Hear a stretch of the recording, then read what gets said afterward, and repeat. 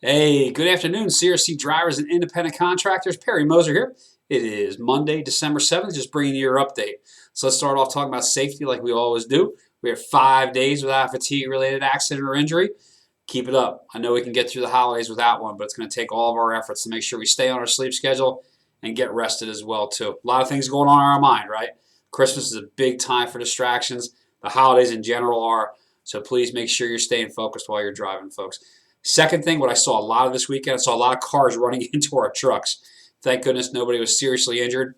But again, be very mindful this time of year. There's all kinds of extra traffic out there on the roads. Maybe not this year with COVID concerns, but certainly people are going to be distracted on the road. They're going to be thinking about other things as well. Just be careful out there. The holidays are always a tough time for accidents, and certainly a serious accident. Who wants to have that over the holidays? Next thing I got, let's catch up on some anniversaries. I'm going to catch up over the next couple of days here since I was out last week.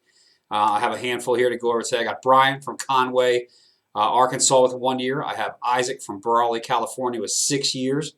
I have Teresa, also from Conway, Arizona with 1 year. I have Michael from Temple Hills, Maryland with 2 years.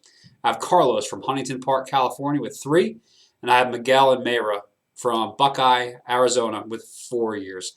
So again, those are anniversaries towards the tail end of November. Thank you to all of you for spending your life and time with CRST. Let's get through the holidays safe together. I'll get caught up on the rest of the anniversaries over the next couple of days. One thing I did learn, and when I was off, I never understood one thing. I get a lot of people say, hey, Perry, listen, when we were in training school, when we were in CDL school, they told us you can't decelerate for an exit until you're in the deceleration lane or until you're off the travel lane. I thought to myself, that sounds so crazy because, I mean, some of these exits are like 100 yards long and they're 20 miles an hour. How do you not slow down? Well, what I found out is really that is actually the way that they test it.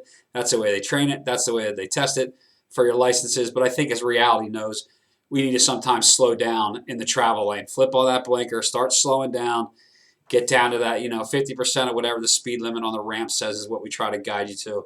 But listen, now I understand why there's a gap between what they test and what reality is. So anyway, thought I'd share that with you. It was one question I always had on my mind, but again, it makes the most sense. If you have to slow down in the travel lane, slow down the travel lane. Throw that blinker on there in plenty of time.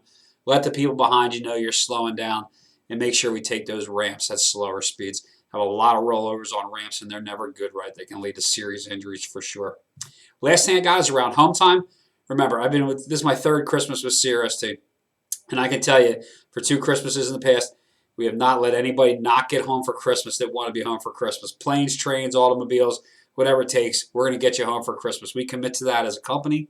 We always have, and we will going forward. So, listen, if you're worried about it, if you're thinking, man, I got to start aligning myself now, don't worry about it. Stay out there, run the miles.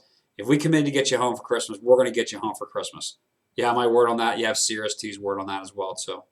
So again, if you were home for Thanksgiving, remember, if you took some home time during Thanksgiving, your driver managers are going to route you through home for Christmas. You may not have the full, 4 or 5 or 6 days, whatever you thought you're going to have, but you want to make sure you're scheduling that with your driver manager. Also, there's kind of 3 categories to talk to your driver manager about. One is, yep, I want home time. I need home time. The second one is I just want to get through the house. I want to be home for Christmas Day and then back out. And the third one is a runner. We have plenty of people every year. We have hundreds of teams every year that run straight through Christmas. Take their time some other time because there's plenty of miles to be had around Christmas as well, too. Our customers still ship. They still expect us to pick up and deliver freight for them over the Christmas and New Year's holiday. So again, make sure you're working out your home time and your needs with your driver manager well ahead of time. That's the best advice I can give. But remember, this company, if you want to be home for Christmas Day, we get you home for Christmas Day. So that's all I have. I'll be back tomorrow with some more updates. Be safe out there. Thanks.